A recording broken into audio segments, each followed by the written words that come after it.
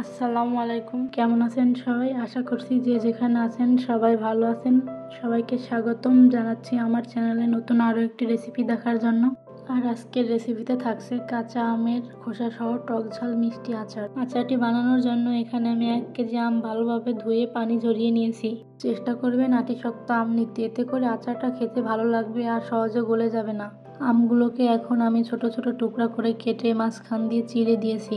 আর আমি আমগুলো এভাবে চিড়ে নিয়েছি যাতে আমের ভিতরটায় ভালোভাবে মশলা ঢুকে যায়। আমগুলো কাটার পরে আর ধোয়া যাবে না। এখন আমি আমগুলোকে আধা ঘন্টার জন্য রেস্টে রেখে দিব। এতে করে আমের ভিতরে যে এক্সট্রা পানি থাকে তা টেনে যাবে। আধা ঘন্টা পরে আমি 1 চামচ হলুদ আর 1 চামচ লবণ দিয়ে আমটা ভালোভাবে মাখিয়ে নিব। আমি প্রায় 3 মিনিট ধরে আমটা ভালোভাবে মাখিয়ে নিয়েছি। তো চলুন দেখে নেই আচারটি বানাতে আমাদের কি লাগছে। আচারটি তৈরি করার জন্য আমি একটি মশলা ভেজে নিয়েছি। এখানে রয়েছে 2 টেবিল চামচ পাঁচফোড়ন, 1/2 চামচ জিরা, 1/2 চামচ মৌরি আর 5টা শুকনো মরিচ। মশলাটা আমি গুঁড়ো করে নিয়েছি। গুঁড়ো করাটা আর দেখালাম না, তাহলে ভিডিওটা লম্বা হয়ে যাবে। আচারটি বানানোর জন্য প্যানে আমি 1 কাপ পরিমাণে সরিষার তেল নিয়েছি। এখন দিয়ে দিচ্ছি আমি 1 চামচ রসুন বাটা। রসুনটাকে আমি 1 মিনিট অল্প আঁচে ভালোভাবে ভেজে নিব। রসুনটা ভাজা হয়ে গেলে আমি এখানে দিয়ে দেব 1.5 চামচ সরিষা বাটা। এখানে আমি হলুদ সরিষাটা নিয়েছি, আপনারা চাইলে কালো সরিষাটাও ব্যবহার করতে পারেন। তা সরিষা বাটাও আমি 1.5 মিনিট ভেজে নিব। মশলাটা ভাজা হয়ে গেলে আমি কেটে রাখা আমগুলো এখানে দিয়ে দিব।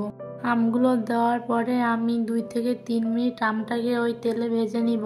আমগুলো লো আঁচে ভালোভাবে ভেজে নিতে হবে, বেশি হিট দেওয়া যাবে না, তাহলে আমটা পুড়ে যাবে আর খেতেও ভালো লাগবে না। দেখতে পাচ্ছেন আমটা ভাজার পরে আমের খোসার কালারটা একটু চেঞ্জ হয়ে আসছে।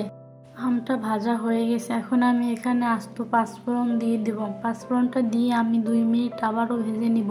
ভাজা হয়ে গেলে আমি আমটাকে কিছুক্ষণের জন্য ঢেকে দিয়ে সিদ্ধ করে নেব।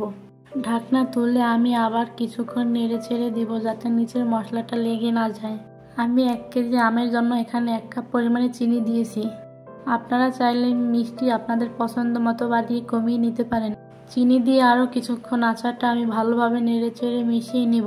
দেখতে পাচ্ছেন চিনিটা ভালোভাবে গলে গিয়েছে। এখন আমি এখানে 1 চামচ শুকনো মরিচ গুঁড়া দিয়ে আবারও ভালোভাবে মিশিয়ে দিব।